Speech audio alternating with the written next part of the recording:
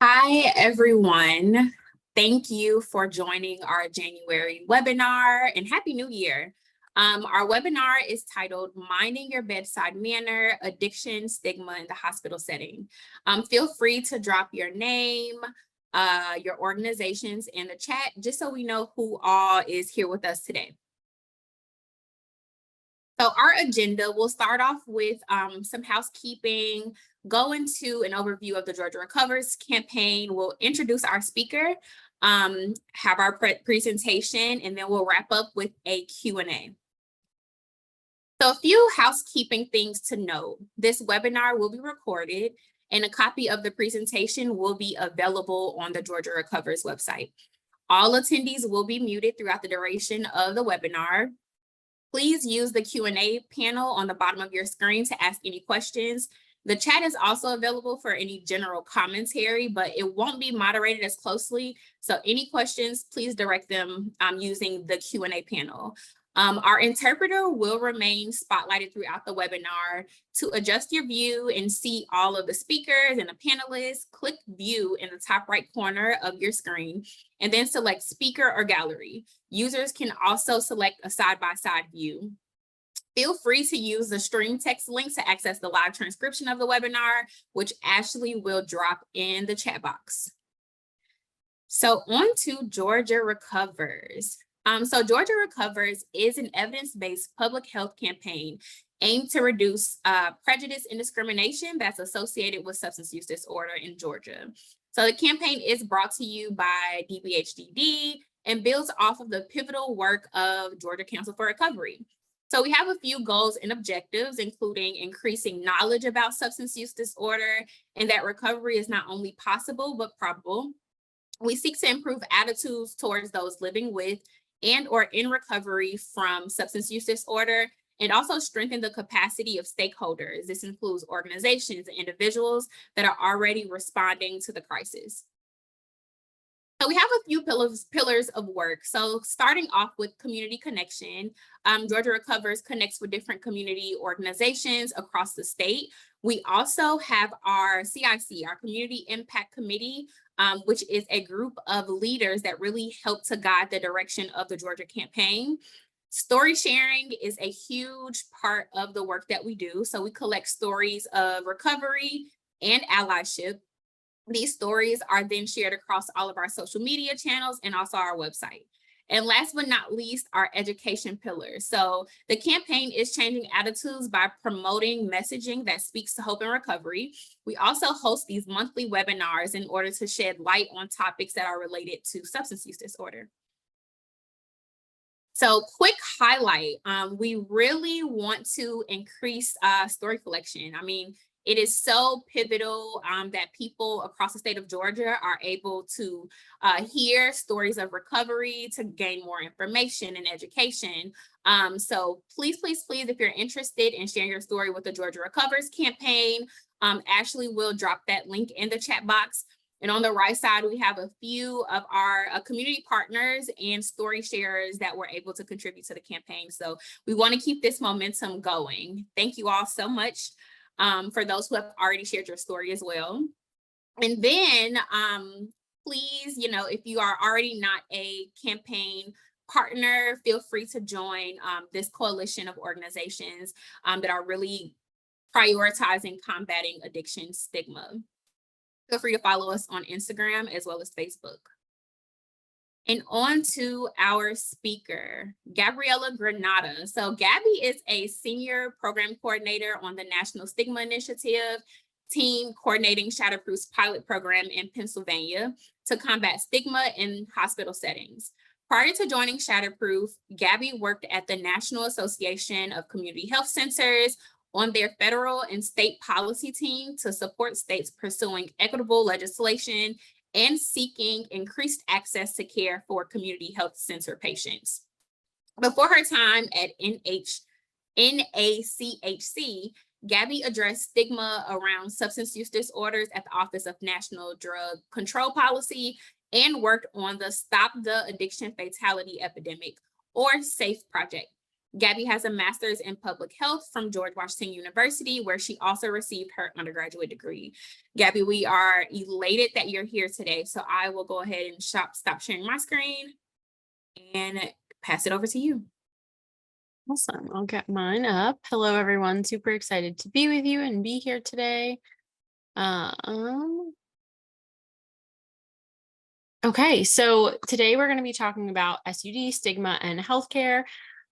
We will do a little brief overview on what shatterproof is. We'll then go into some background on what stigma is and break that down a little bit more before we talk about how that intersects with healthcare and being in the healthcare space and how we work with patients.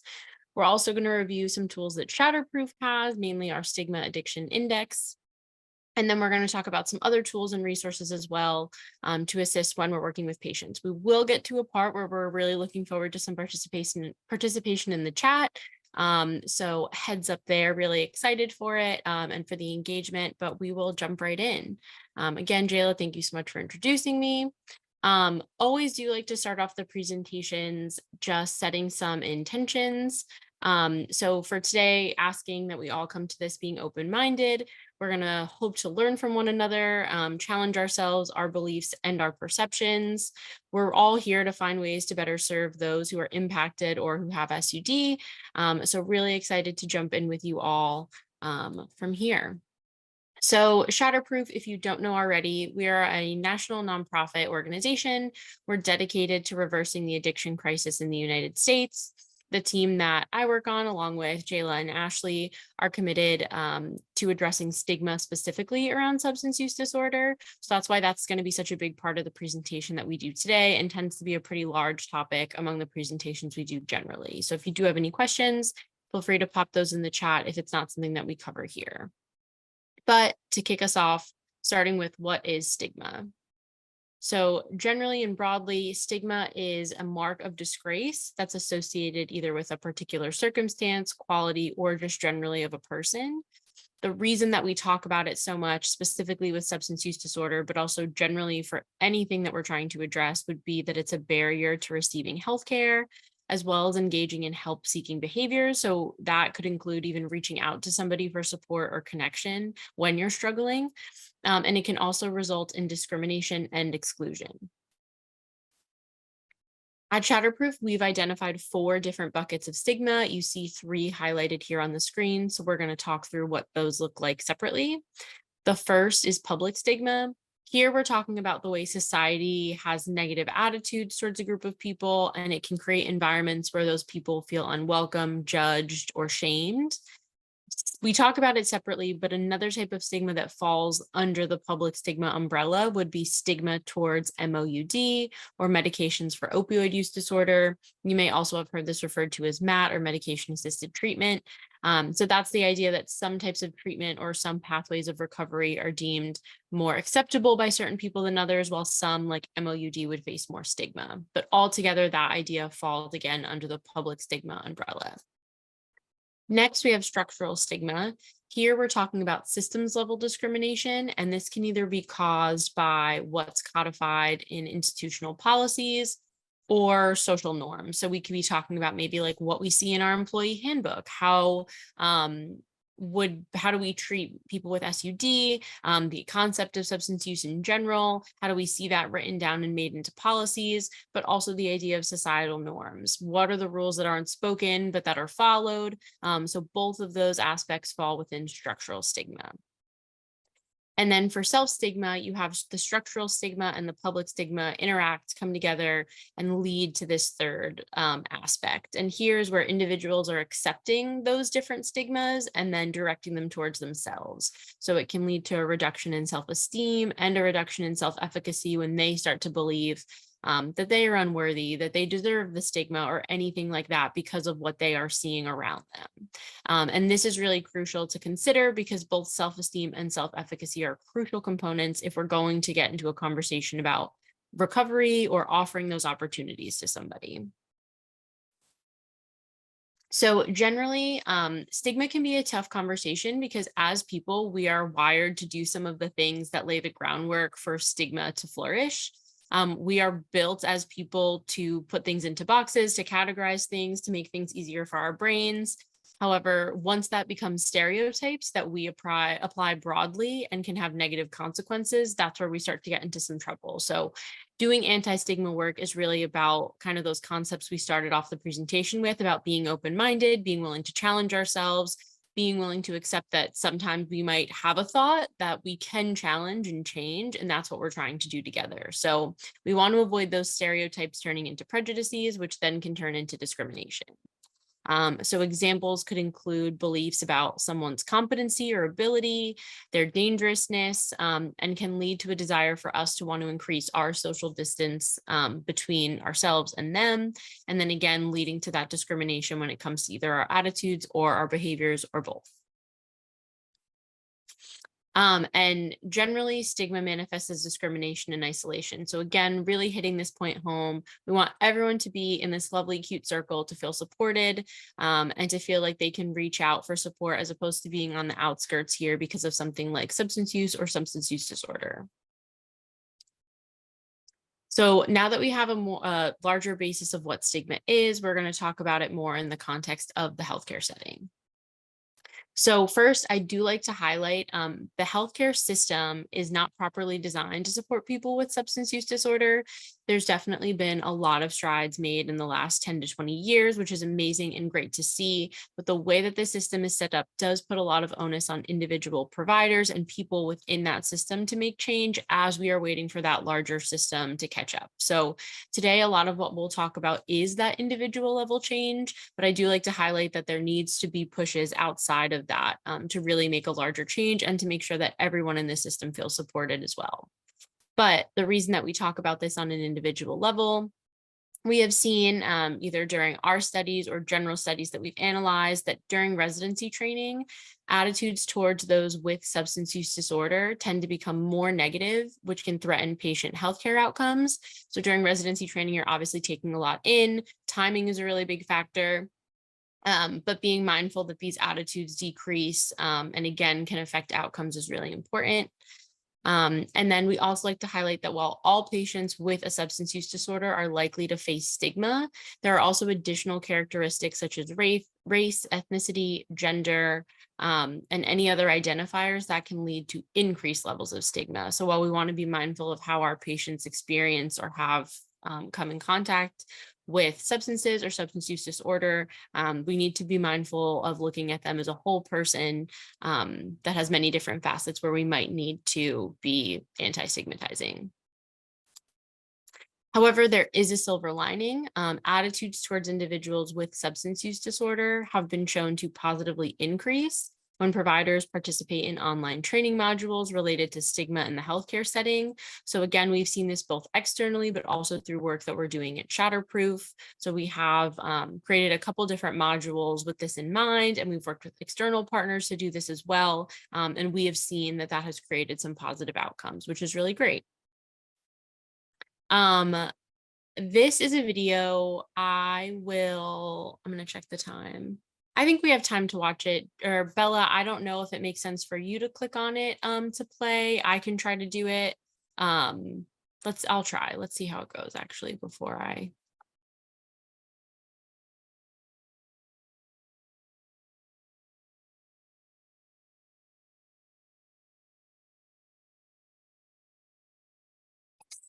Become grenades, strategically spoken at times, do the most damage.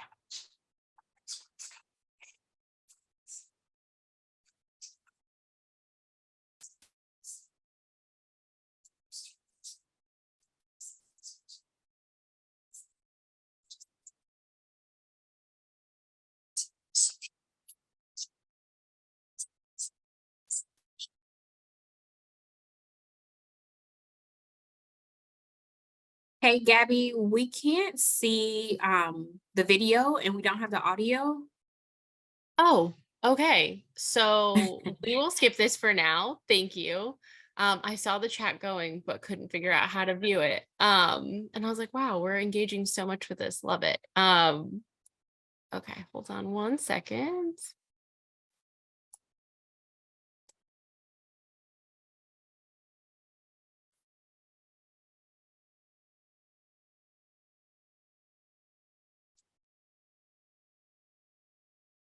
Okay, can you, Jayla, see my screen now? I'm on the provider words matter. Yes. Okay, awesome. Thank you all so much for bearing with me.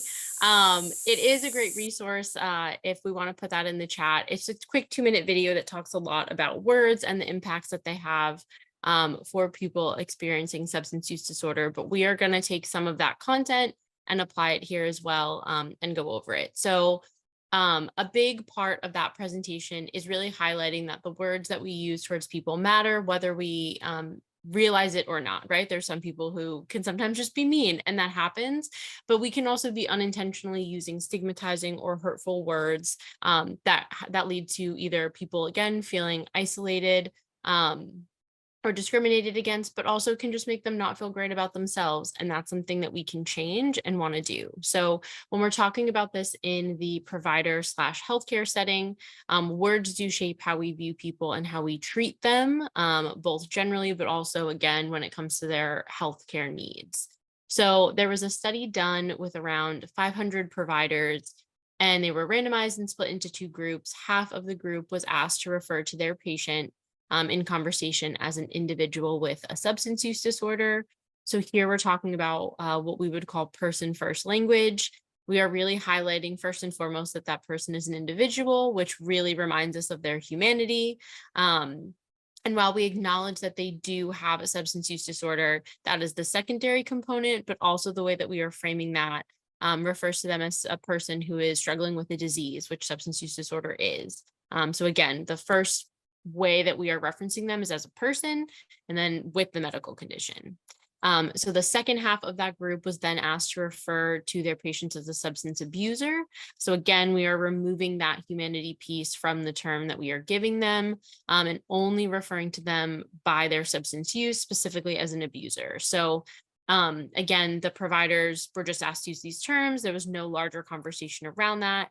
And in the end, it was found that clinicians who use the term substance abuser were more likely to say that a patient was personally responsible for their illness and to support punitive action over treatment when compared to the group that used the person first terminology. So again, really highlighting that whether we recognize it or not, the terms that we use will impact the type of care that we are providing to patients. And this goes not just for the terms we use verbally, but also what we write in patient charts, who then goes on to read those and maybe prescribing care and things like that. So a really large conversation about language is an important one to have, and might have a larger impact on health outcomes than we think generally. A little brief overview just generally of the care team and what they're doing in a healthcare setting. So when we're talking about the care team, we're usually thinking of the people who are supporting providers in their diagnoses. They can also be facilitating warm handoffs when we're talking about access to specialty services. And then generally, again, that topic of treatment for substance use disorder. However, I also think it's important, and we've heard this anecdotally from the people that we work with, when we are talking about the care team, to also think of the bigger picture. Who is maybe providing security? Maybe if we're talking about a hospital, who's providing security at the front door? Who is greeting patients when they come into our setting or our organization? Even if they are not directly tied to the care that that patient is receiving, what does that look like? How do the interactions our patients have with them lead to whether or not they even come into the door to see us? So again, important to think about how the larger care team plays a role here. But again, anyone who in the healthcare setting our patients might interact with, we have heard from people that the way that they were greeted clearly showed stigma and bias, and they were so uncomfortable that they left, right? So we want to be mindful of this and how pervasive this stigma can be, not just for us as providers, but our teams very broadly and as a whole. So next, we're going to do a bit of an overview on the Shatterproof Addiction Stigma Index. And we're going to get into the piece where we work to be a little bit collaborative and do some sharing as well. So an overview on our Addiction Stigma Index, if you have not yet heard about it. This was created in partnership with Indiana University and the marketing firm Ipsos, and then Shatterproof worked to develop and release it. It is a first of its kind measuring tool that was created to assess attitudes about substance use and people who use substances. from the public. So we're talking about that public and structural stigma that we talked about much earlier on in terms of those buckets of types of stigma. Sometimes when this is used, we'll also assess self-stigma as well, which is, again, measuring the perceptions of those with SUD and how they've internalized any stigma from that public or structural bucket. It was comprised of more than 50 validated stigma measures. And when it was released, it was issued to a representative sample of almost 8,000 US residents. So a bit about the methodology and background. For this tool, we utilize indices, which is a measure of change in a representative group of individual data points. So again, it has 3 indices: the public, the structural, and that self-stigma that we talked about. It also looks to measure change. So for example, in the Pennsylvania stigma reduction pilot that I've been a part of, we used the tool 3 different times in addition to using an intervention. So we had participants take it at baseline. We followed that with an intervention. We asked them then to take the assessment again 2 weeks later and then 3 months later. So not only are we measuring change, but also, does that change effective only right after? What happens in a few months? Does that change persist? So that's a really vital component of stigma reduction for us, that we ensure we measure and disseminate those results as well. And the tool also utilizes a vignette strategy. You can see an example of that on the bottom. When we get into the next section, we're going to have the larger vignette to share, but that allows us to review how stigma might vary by substance type and recovery type. So there's 10 different vignettes that we've used in the past. And again, we change whether or not the person is in active use or not. We've changed if they are in recovery, what type of substance that they're using, things like that. So we are going to be jumping into some question and answer topics. And before we do, again, wanted to provide you with a full vignette that for 2 of the questions will dictate how you answer them. So I'm going to leave this up for a minute for everyone to read, just in case anyone can't. I will also read what's on the screen. The top is cut off, so I'm going to do my best. But about a year ago, John, let me see if I can bring it down. Hold on. I can read it for you, Gabby. Amazing, Jayla. Thank you. Go ahead. Of course. It says, about a year ago, John, oops, I think it Yep. went to Sorry. There we go. No problem. Thank you. About a year ago, John was prescribed prescription pain medication for back pain he developed following a car accident. He took the pain medication regularly, and after a few weeks found that he increasingly felt the desire for more, even though his back pain had improved. John went to several different doctors to get more prescriptions from them, and then started getting them from a friend. Each time John tried to cut down, he felt anxious and became sweaty and nauseated for hours on end and couldn't sleep. These symptoms lasted until he resumed taking the prescription pain medication. John's friends complained that he had become unreliable, making plans one day and canceling them the next. His family said he had changed and that they could no longer count on him. John has been living this way for 6 months. Jayla, amazing. Thank you so much. That was beautiful. So this is the vignette that, like I said, we are going to use to go into a few questions. So I believe that this is about to be entered into the chat, but we're going to use a tool called Menti that allows you to participate and answer some questions.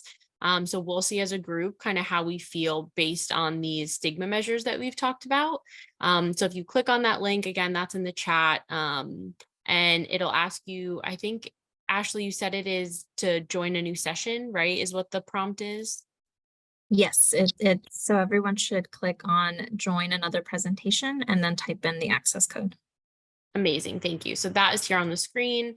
If for some reason you can't see, it is 7238-6944. I'll give everyone a minute or two before we jump into things to put that in, but we're really excited to have you participate.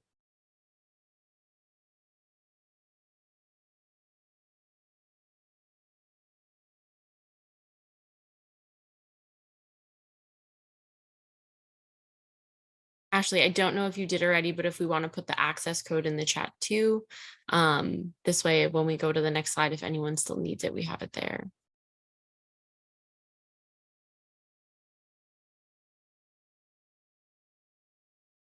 All right. So the first question that we are asking you all to answer in that app or on your computer, however you decided to do it, is how willing would you be to move next door to John? So you should see some multiple choice answers, and we'll give you a few minutes to answer that question.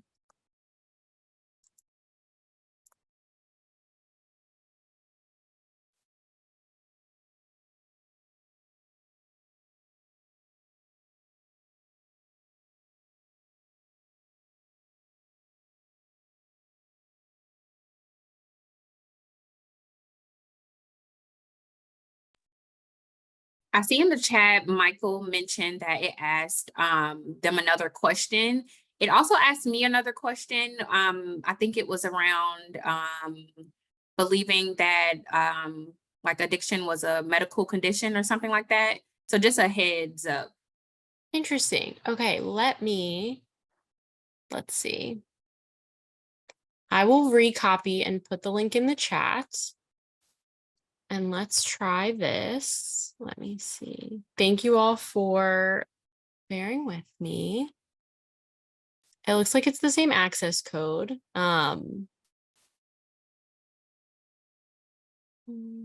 Results. Okay, yeah, I'm not sure. I see that those questions are coming in on the third slide, but I'm not sure why.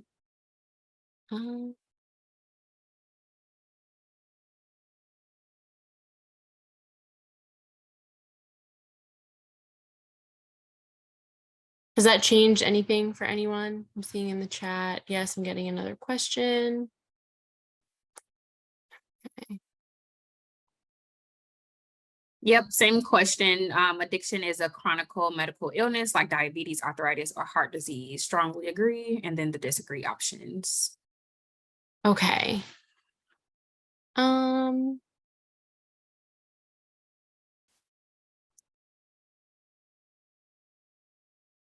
All right. Well, we can skip to that one if that is the one that is coming up for anyone. So again, apologies and thank you so much for bearing with us. Okay, let's resume from here. So again, another question that we have talked about in our SASE index, asking whether or not the participants believe that addiction is a chronic medical illness like diabetes, arthritis, or heart disease. So I will pull up the results from what you all have shared.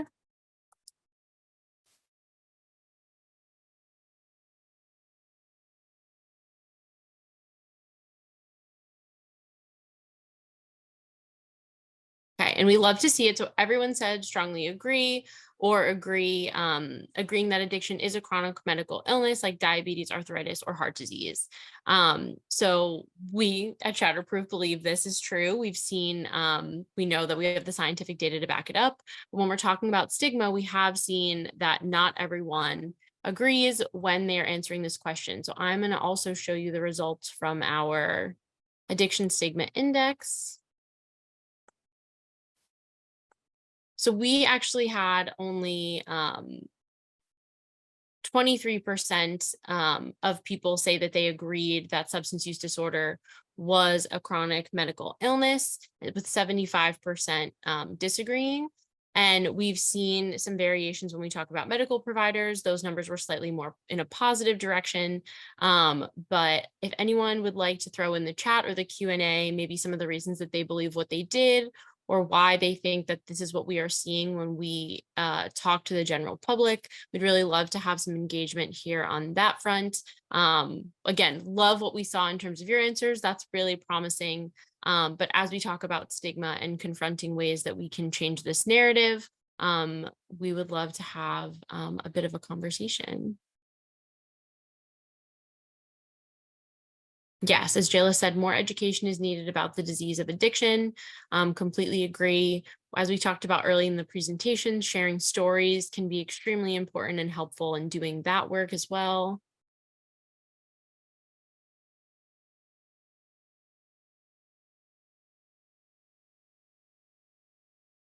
But if anyone has any other thoughts, how many took the survey? I think I saw 13 responses.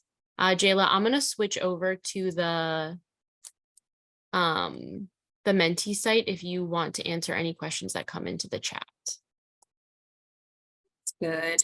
I also see that Dana said that folks have been taught otherwise, or they've learned from the comments of others, which is also very, very true.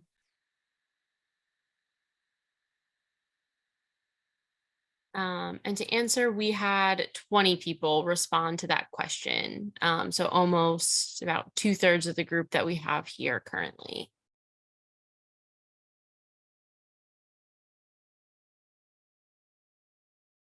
A lot of misinformation out there. Little by little, we need to put this out in the awareness of the general public. Absolutely. Get out and talk about this way more. Absolutely. And I think the conversations around language and the way that we do this is also really critical. But trying to understand our audiences, what do they know? Do they know anything? And how can we educate is a really important conversation as well. I do think I was able to figure out the Menti on the background. So I am going to jump in and try to take us back to that first question. And I think you're all seeing it now. If not, please let me know. But hopefully we got there. How willing would you be to move next door to John? It's working on my end, Gabby. So I think we're good. Beautiful. Thank you so much. And I'll give you all a minute to fill that out. We have 7 responses so far.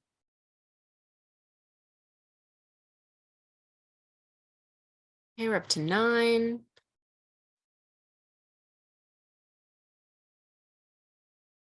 12. We'll try to get 1 or 2 more in there before we discuss.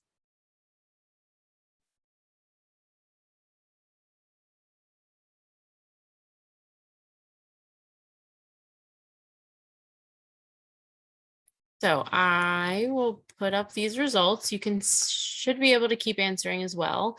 So again, really great results. What a great group. We had everyone, which included 16 respondents, say that they would be definitely or probably willing to move next door to John.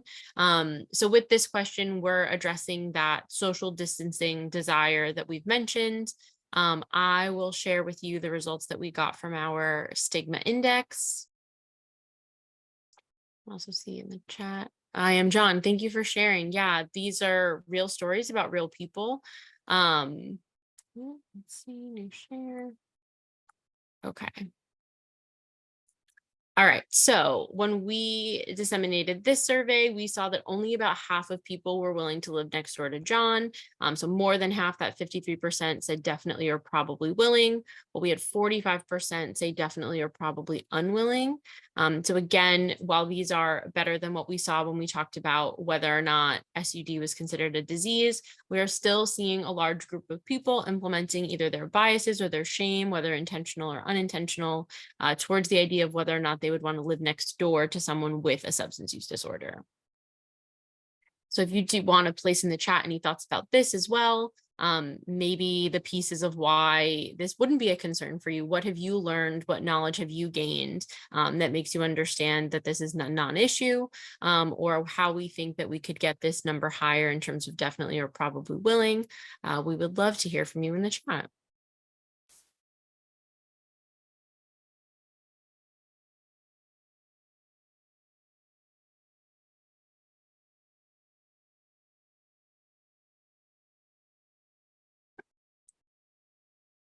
Well educated, being well aware, people recover when communities recover. We have to support recovering people. Absolutely. We'll talk about the stigma that can happen in recovery as well in just a minute. And first of all, how would you know about what is going on in John's life? That's absolutely true. When we talk about all of this stigma, it's most likely that you wouldn't know. There's a lot of people that probably don't realize the breadth and width of the community that they're in and how they're impacted by substance use disorder. But when you ask people this question, they like a large group had this negative reaction. So I think that's a great point.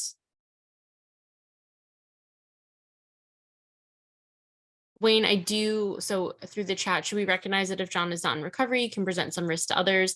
I think when we talk about this conversation, that is immediately where people's mind will go to when they think about whether or not they would want to have someone with a substance use disorder living as their next door neighbor. And a big part of why the anti-stigma work we do is so important is that that's not always the case. So how do we know? Or if there is a risk, how do we support our communities? How do we support one another in ways that are not stigmatizing? Amazing. Thank you for all this conversation coming in. Okay, I will jump to the next one. Let me make sure I can get us to the next slide. Okay, so that should be set. All right. So our next question, how willing would you be to have John as your supervisor at work? If we're having a problem again, let me know, but this should be the next slide on that Menti page.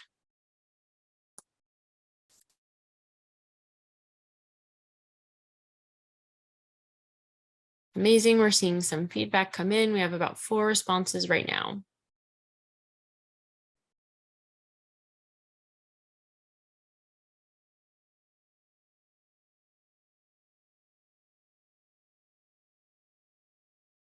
Okay, a few more.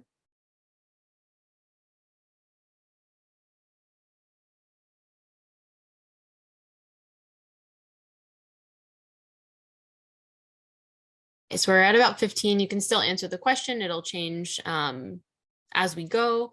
But so for how willing would you be to have John as your supervisor at work?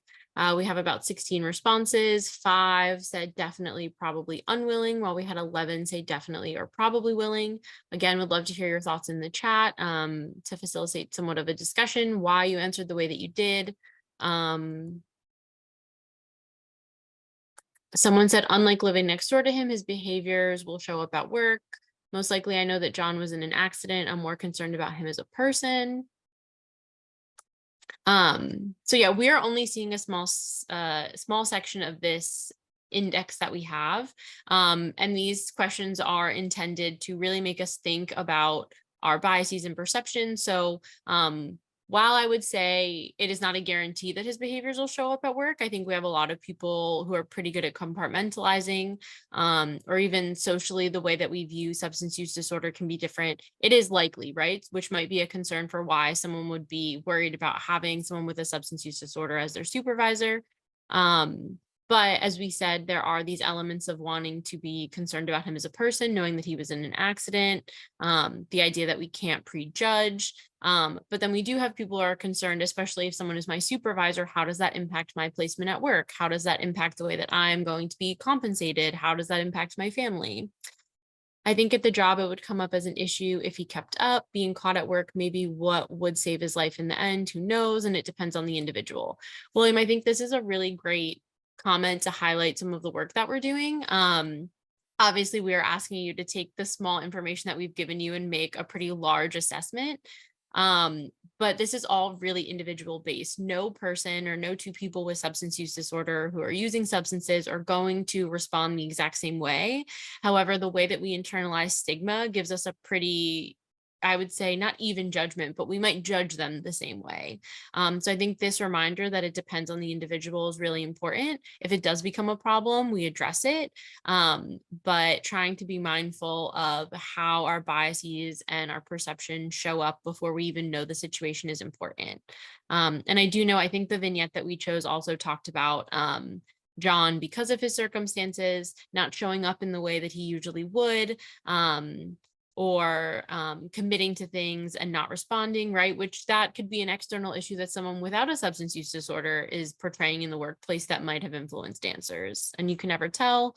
We all judge to a certain extent, absolutely. It's just being honest with oneself. Michael, yes, completely accurate, which is why these conversations are so important. As I mentioned earlier, we're kind of inclined to judge as people. How do we challenge that within ourselves to be community oriented and to really be able to help and support people as opposed to excluding them? I've worked with numerous people who are highly functioning under the influence due to that prolonged behavior. Yeah, it's concerning, but uncommon. So again, we might not always know what's going on when we are interacting with people. Isabel, this might be a flag for you. David has mentioned that he's not able to share in the chat. David will try to get that addressed as soon as we can. All right, great. I'm going to pause and go to our next question as well. Thank you so much for all of this engagement and conversation that's going on in the chat. I think a lot of this really starts with the conversations that we can all have here and together.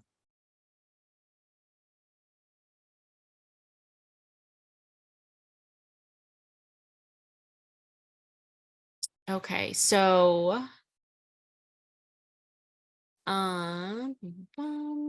we talked about addiction being a chronic medical illness, so I'm going to jump to our question about medications for opioid use disorder. So this question reads, and you're going to say whether or not you agree or disagree.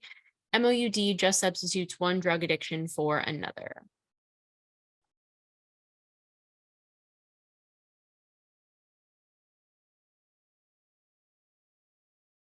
Okay, we have about 6 responses so far.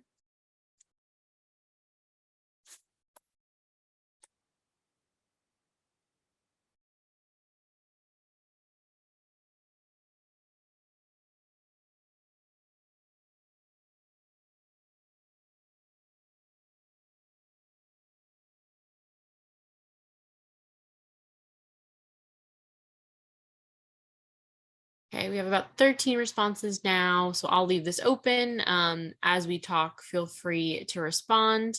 We're seeing about 13 people disagree that it substitutes one drug for another and 1 person agree. So yeah, again, would love to see some engagement in the chat. But overall, this is something where we've seen a large part of information and education can really be helpful. A lot of people don't understand what medications for opioid use disorder are.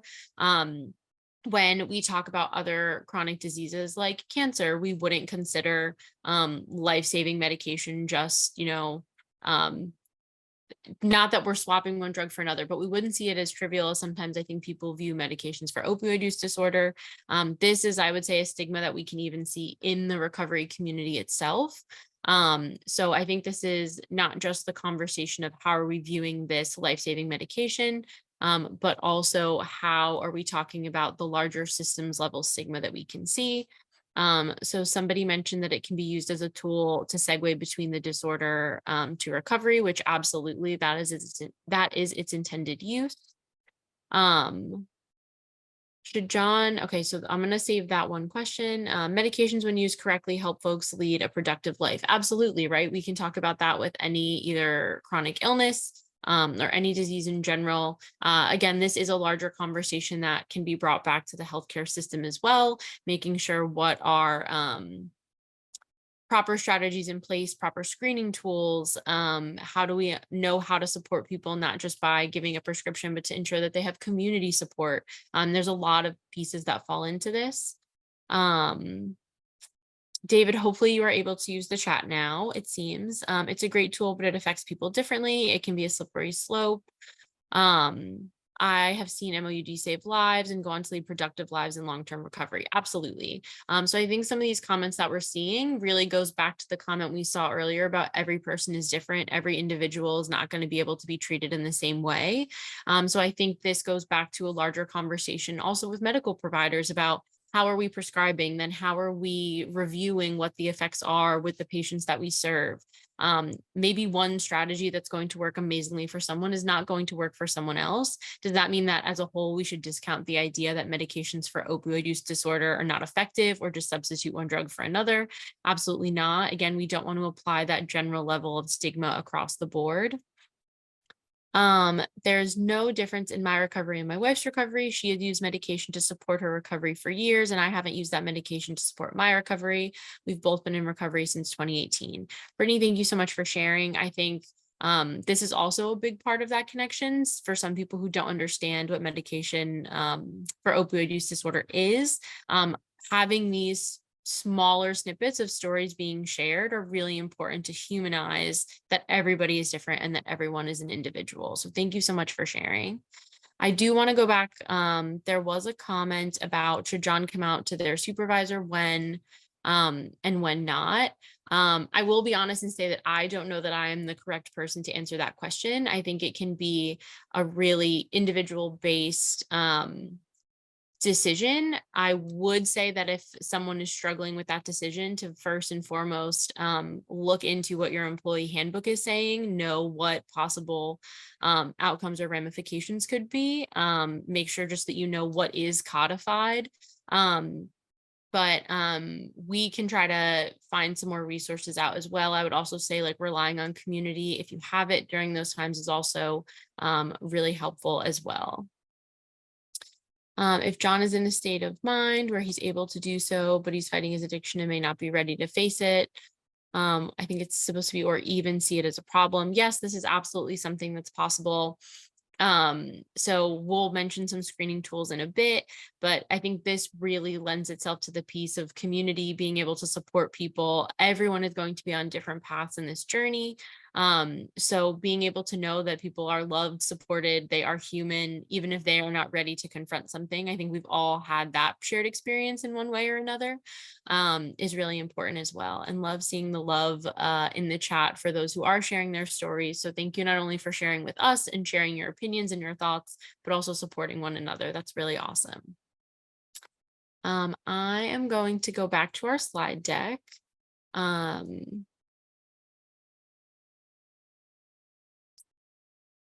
Another, make sure we're here. Okay. One other piece that I do want to highlight as we talked about recovery, and something that we've seen in our stigma results that can feel discouraging, is the idea that stigma persists even when a person is in long-term recovery. So we asked you that question about having someone as your supervisor at work. And even when it was known that a person was in recovery and not actively using any substances, there were still a pretty large group of people that would not want that person to be their supervisor at work. And we address this question in different ways. Again, we use the neighbor analogy. We use the marry into someone's family example. But we do still see that even when someone is in recovery, that stigma can persist. So this is another way in which we want to try to be anti-stigmatizing, to share these stories of different people who are both in recovery, maybe people in active use, so that it is more humanizing and not just people hearing something like they had a substance use disorder and now that is going to determine how they feel about somebody else. But it is something to be mindful of, and this type of attitude can also lead to people feeling isolated and shamed even when they are on their recovery journey.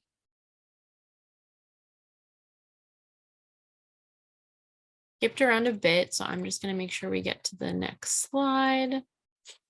Going back to our conversation around medications for opioid use disorder, here is where some of our respondents fell on the SASE for that.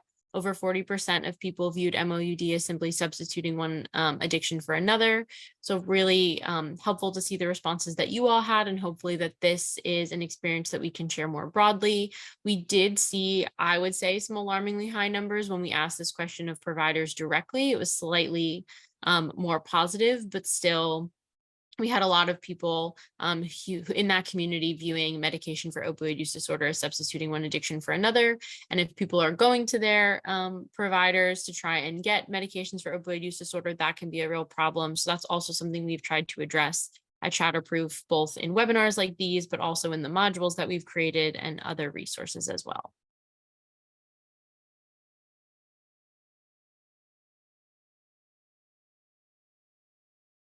Okay, so reducing SUD stigma in the healthcare space. These are, again, now we're going to go into some tools and resources that can be used. And first and foremost is language change. So one tool that is really helpful is called Reset, or Reducing Stigma Education Tools.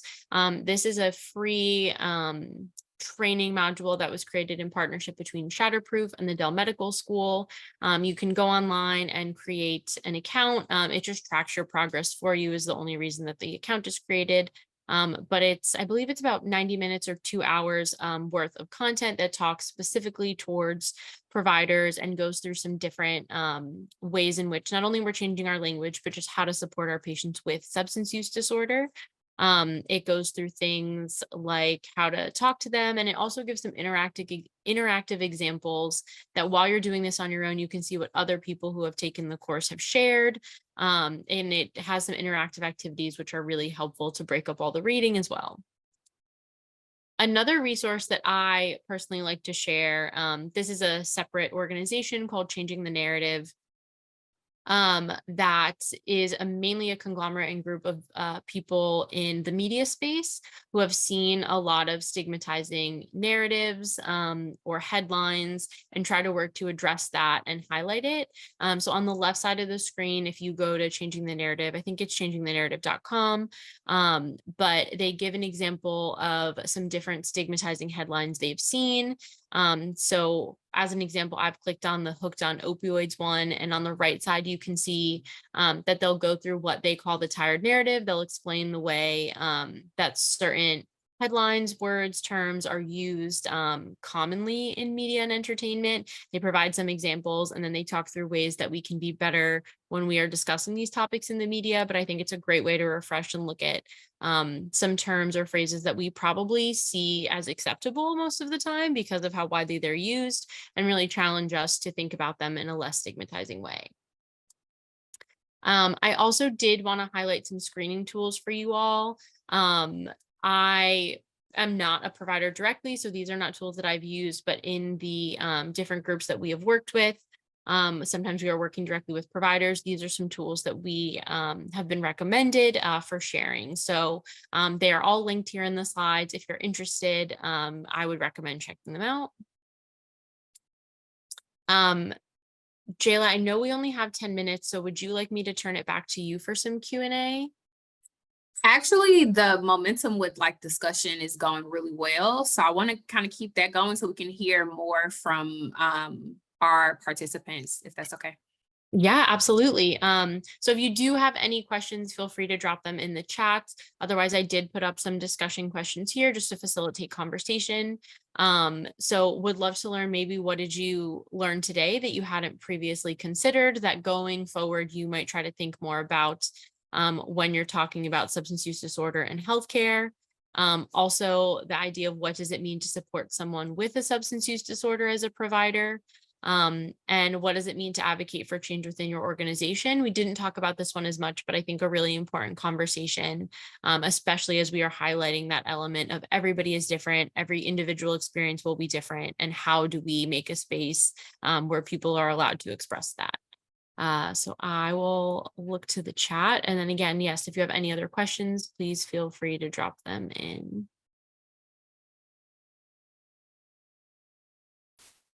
Somebody shared, Brittany was sharing some appreciation. I tried to support my recovery years ago with MOUD and it didn't work for me. So I didn't think that it worked for anyone. Then I met people who were willing to share their stories and saw that it worked. I've seen it work in my house with my wife as well. I'm so grateful.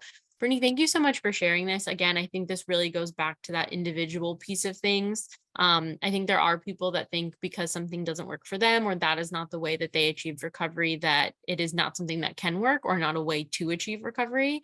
But with new information, we can change our perspectives and our opinions. So thank you so much for sharing that. That's so helpful. We're all different. No one recovers the same. Yes, I will send that to Jayla and Ashley, the link for the reset module, so that can be shared out to everyone, as well as the link for changing the narrative. I learned that my responses to the polls would have been different had I not been educated about substance use and SUD. Absolutely.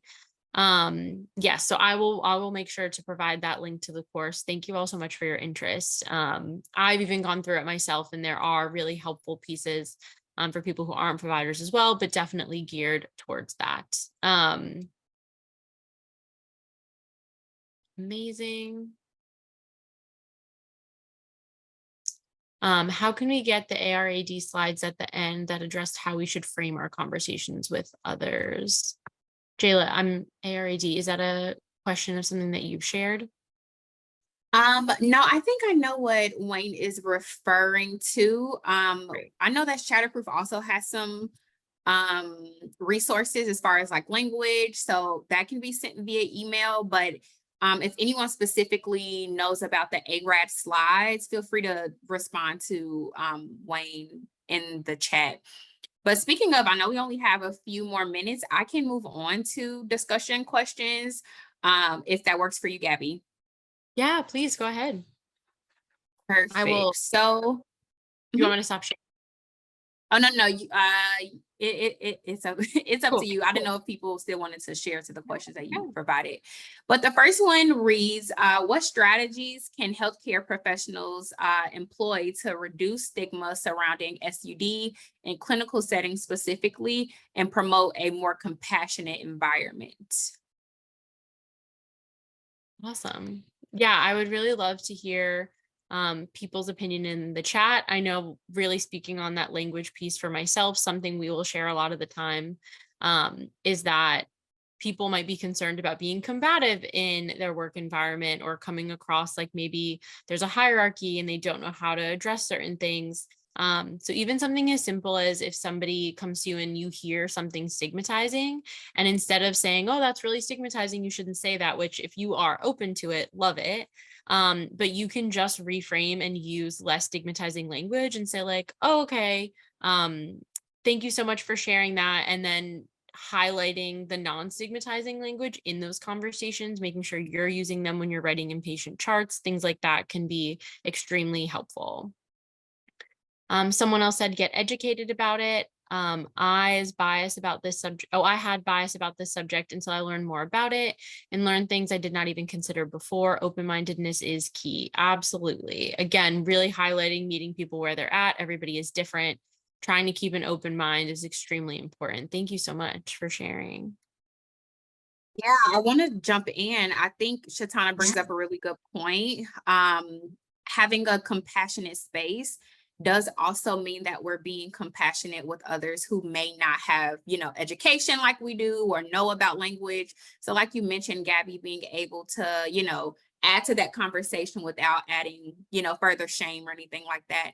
I can jump to the next question and we can wrap up there, but it reads, could you share some insights into the specific roles and responsibilities within the care team when it comes to treating substance use disorder, and how can we better optimize these roles for better patient outcomes?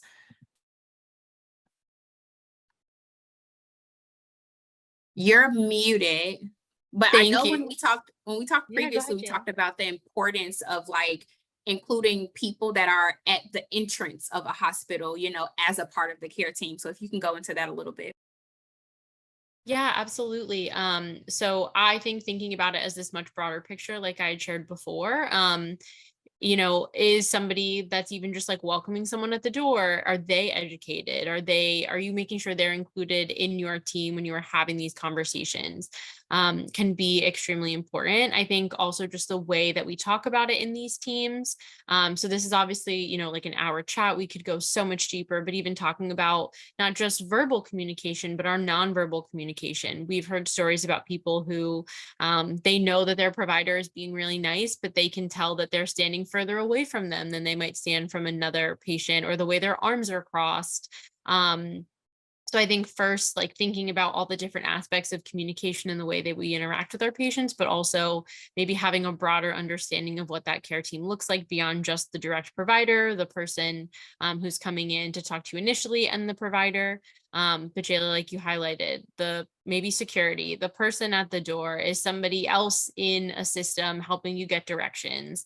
All of those pieces really relate to how a person is going to feel receiving care and can affect health outcomes. Police force needs to be educated about this as well. Yes, absolutely. It is really a layered system, which can make this really challenging, but it's super important to call out all of the individual players that can have an effect on health outcomes. Absolutely. Yeah, I want to thank you all so much. And Gabby, this was an awesome webinar, super informative and very interactive, which we are all grateful for. I want to thank everyone for joining our webinar. Please feel free to go ahead and let us know how we're doing in our post-webinar survey. Outside of that, we will send a follow-up webinar email pretty soon. But again, thank you all so much. And thank you, Gabby. Also, thank you, Erin, for serving as our interpreter today. We really appreciate you.